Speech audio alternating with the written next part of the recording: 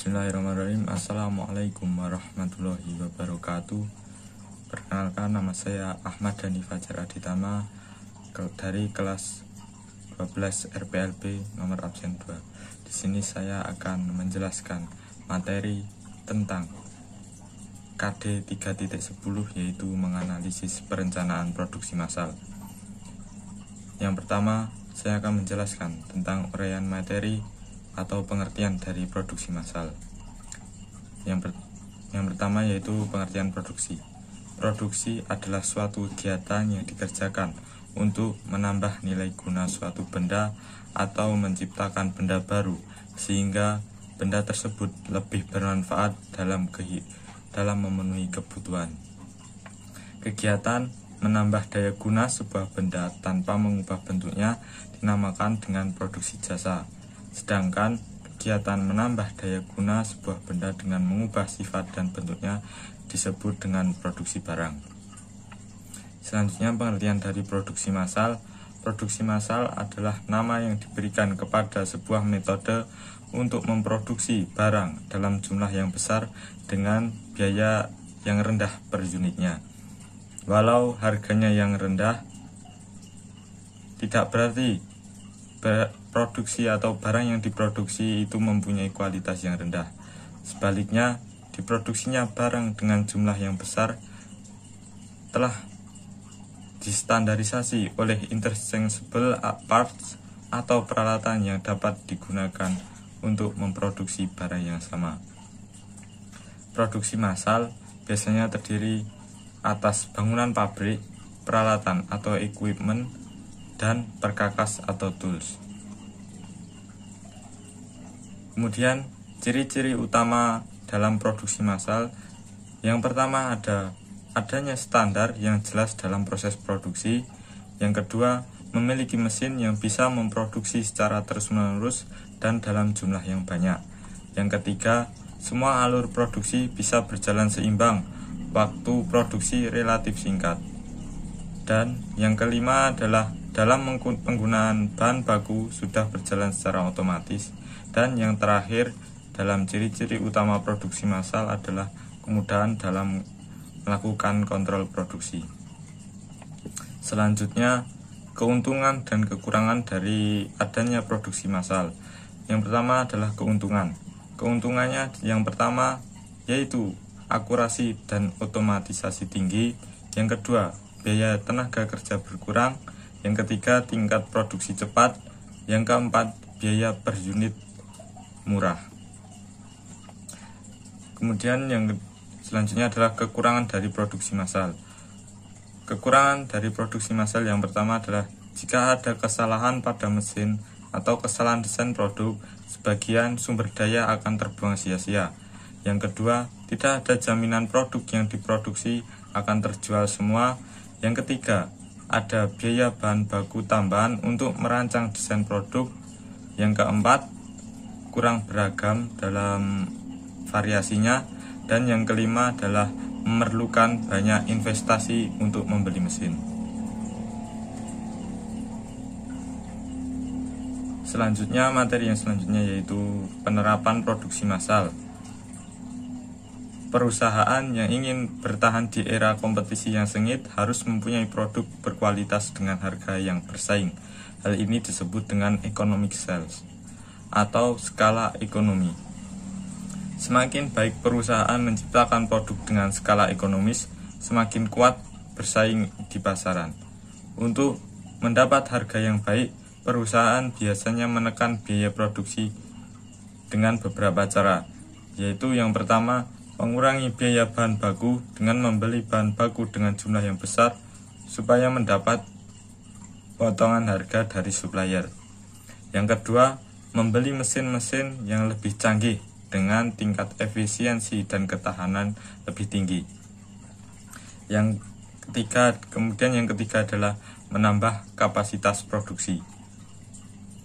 Dalam melakukan kegiatan produksi dan operasi yang efektif dapat dilakukan dengan 6 cara. Yang pertama adalah mengurangi biaya produksi. Yang kedua adalah meningkatkan mutu atau kualitas produk. Yang ketiga segera merespon permintaan. Yang keempat, memungkinkan inovasi produk. Yang kelima, mempercepat produksi produk. Dan yang keenam adalah rancangan produksi massal. Terdapat 5 dimensi spesifik yang berhubungan dengan laba dan biasa digunakan untuk menilai kinerja usaha pengembangan produk, yaitu yang pertama, kualitas produk. Seberapa baik produk yang dihasilkan dari upaya pengembangan dan dapat memuaskan kebutuhan pelanggan.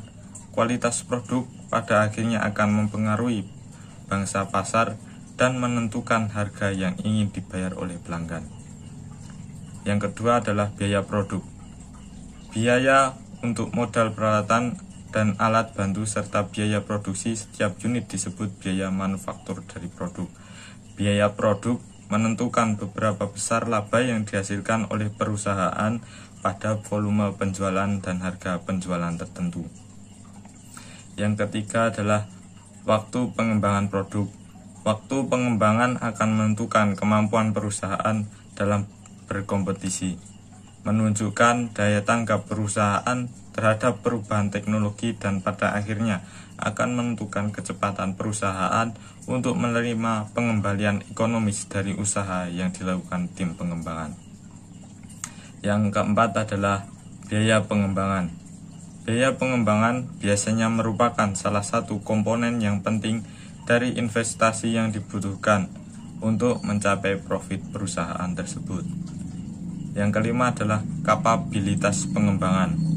Kapabilitas pengembangan merupakan aset yang dapat digunakan oleh perusahaan untuk mengembangkan produk dengan lebih efektif dan ekonomis di masa yang akan mendatang. Proses produksi massal pada umumnya memproduksi kumpulan-kumpulan produk dalam jumlah besar dengan mengikuti serangkaian operasi yang sama dengan produk sebelumnya, sehingga proses ini sering disebut dengan repetitive proses.